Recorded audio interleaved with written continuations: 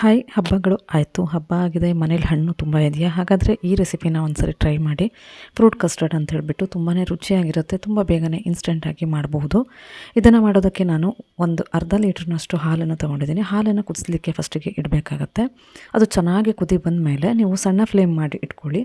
ಅದರ ನಂತರ ನೀವು ಕಸ್ಟರ್ಡ್ ಪೌಡ್ರು ವೆನಿಲಾ ಫ್ಲೇವರ್ದು ತೊಗೊಂಡಿದ್ದೀನಿ. ನೀವು ಯಾವ ಫ್ಲೇವರ್ ಬೇಕಾದ್ರೂ ಇಷ್ಟ ಆದರೆ ತೊಗೊಳ್ಳಿ.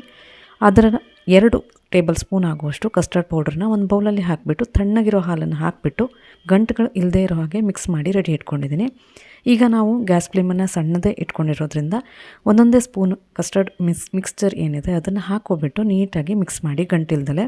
ಹಾಗೆ ನಿಮಗೆ ರುಚಿ ಸ್ವಲ್ಪ ಸ್ವೀಟ್ ಜಾಸ್ತಿ ಬೇಕು ಅಂದರೆ ಸ್ವೀಟ್ ಜಾಸ್ತಿ ಹಾಕ್ಕೋಬೋದು. ನಾನು 1/4 ಕಪ್ನಷ್ಟು ಸಕ್ಕರೆನ ಇಲ್ಲಿ ತೊಗೊಂಡಿದ್ದೀನಿ. ಹಾಕಿಬಿಟ್ಟು ಒಂದು ಸರಿ ಮಿಕ್ಸ್ ಮಾಡಿಕೊಂಡು ಒಂದು 5 ನಿಮಿಷ ಅದನ್ನು ಕುದಿಸ್ಬೇಕಾಗತ್ತೆ.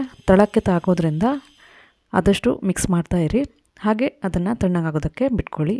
ಇಷ್ಟು ಗಟ್ಟಿ ಕನ್ಸಿಸ್ಟೆನ್ಸಿ ಬಂದರೆ ಸಾಕಾಗತ್ತೆ. ಹಾಗೆ ಹಣ್ಣು ನಿಮಗೆ ಇಷ್ಟವಾಗಿರೋವಂಥ ಹಣ್ಣುಗಳನ್ನು ತೊಗೋಬೋದು. ನಾನಿಲ್ಲಿ ದಾಳಿಂಬೆ, ದ್ರಾಕ್ಷಿ, ಬಾಳೆಹಣ್ಣು ಹಾಗೆ ಆ್ಯಪಲನ್ನು ತೊಗೊಂಡಿದ್ದೀನಿ. ಇಲ್ಲಿ ನೀರು ಬಿಡಬಾರ್ದು ಅಂಥ ಹಣ್ಣುಗಳನ್ನು ತೊಗೊಳ್ಳಿ. ಇದರ ಫುಲ್ ರೆಸಿಪಿ ನನ್ನ ಚಾನಲ್ನಲ್ಲಿ ವಿಡಿಯೋದಲ್ಲಿ ಇದೆ, ಬೇಕಾದರೆ ಲಿಂಕ್ ಡಿಸ್ಕ್ರಿಪ್ಷನಲ್ಲಿ ಬಿಡ್ತೀನಿ. ಹಾಗೆ ನನ್ನ ಚಾನಲ್ನ ಸಬ್ಸ್ಕ್ರೈಬ್ ಮಾಡೋದನ್ನು ಮರಿಬೇಡಿ. ಪೂರ್ತಿ ಹಣ್ಣುಗಳನ್ನು ಈ ಬೌಲ್ನಲ್ಲಿ ಹಾಕಿದ ನಂತರ ನಾನು ಈಗಾಗಲೇ ತಣ್ಣಗೆ ಮಾಡಿಟ್ಟಿರೋಂಥ ಕಸ್ಟರ್ಡ್ಗಳನ್ನ ಸೇರಿಸ್ತಾ ಇದ್ದೀನಿ. ಇದನ್ನು ಆದಷ್ಟು ತಣ್ಣಗೆ ಸರ್ವ್ ಮಾಡಿ, ತುಂಬ ರುಚಿಯಾಗಿರುತ್ತೆ. ಮಕ್ಕಳು ದೊಡ್ಡವರು ಕೂಡ ಎಲ್ಲರೂ ಇಷ್ಟಪಡ್ತಾರೆ.